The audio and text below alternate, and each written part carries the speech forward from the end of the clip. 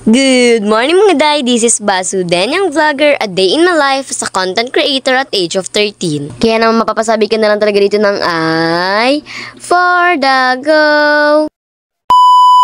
For today's video, ginawa niya ako ni mama dyan ng meriendahan na talaga naman very unique nga naman talaga. Sa school pa nga ako sa mga oras na yan, kaya naman si mama na muna nga sa inyo magtuturo kung paano nga ito lutuin. By the way, ito nga po palang food processor, gumagana na, kaya naman dyan na nga lang talaga giniling itong ating mani for today's video. Pasensyahan nyo na yung boses ko, hindi kasi talaga nawawala yung pagiging paos ko, pero kahit pa paano, lumalaho naman na din siya. Sa umaga nga, hindi nga ako paos, pero pagkahapon o gabi na, talaga naman super paos na nga talaga. Halos di na ako makasalita. Thank you Lord, paano ba naman kahit pa paano nakakasalita na nga talaga ako today. Anyway, ito nga po palang gagawin natin for today's video. Pwedeng pambenta at pwedeng din nga talagang ngut-nguti. Ako lang talaga itong meriendahan. Gawa ng galing nga talaga ako sa school nung kinain ko nga talaga ito. Kailangan nga rin po pala dyan ng lumpia wrapper. Kaya naman nung magiling na nga talaga yung mani, talaga namang inalis na nga dyan isa-isa itong lumpia wrapper. Sa school pa nga ako sa mga oras na yan. Sayang naman ko lang dyan lang ako. Liha ako na sana ang gumawa niyan. Uy, sana all marunong gumawa nito. Kung mga day, ewan ko ba dito sa lalamunan ko kahit na lagi ako nagkakape sa school, talaga namang hindi talaga nawawala yung pagiging paos ko. Hindi man natuloy ako nagiinom ng malamig. Iwas na tuloy ako sa malamig pero hindi pa rin talaga nawawala yung paos ko, pero sigurado ako mamawala din naman to mga next week.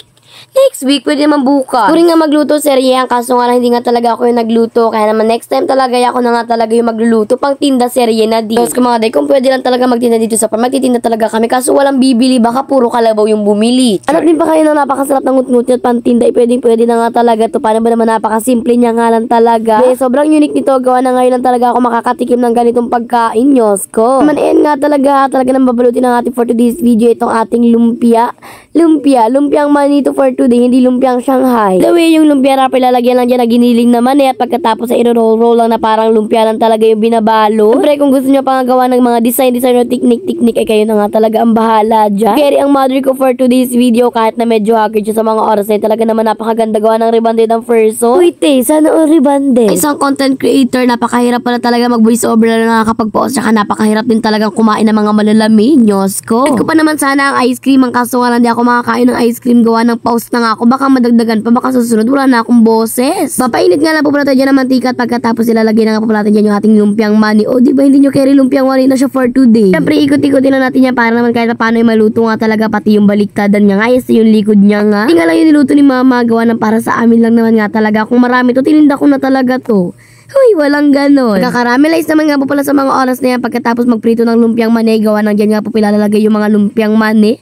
Puro lumpiang mani for today. Kakaramelize nga yan at parang gagawin nga yan tanghulong lumpia. Hindi ko nga alam talaga kung anong tunay na tawag dito. Gawa ng first time lang namin ni mama magluto ng ganito. Kaya naman i-comment nyo na nga lang dyan kung alam nyo nga kung anong tawag dito. After how many years nga sa wakas natapos na rin nga talaga ito niluluto ni mama at nakarating na nga ako sa mga oras na yan galing sa school. Naman yan nga at for the mukbang na naman nga tayo for today's video. Kaya naman ito na nga talaga ang ating unang first bite.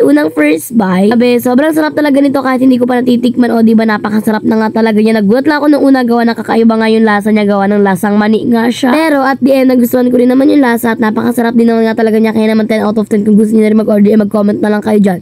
Uy, magbebenta ka na naman for today. Diba napakasarap, pwede na pangut-ngutin, pang merienda. Tagustuhan din nga po pala yan ang lahat dito sa bahay pati na rin nga si Baby Store. Kaya naman yun lang nga po pala for today's video. Yung nasa lahat ng bayan. God bless. Thanks for watching. Maps.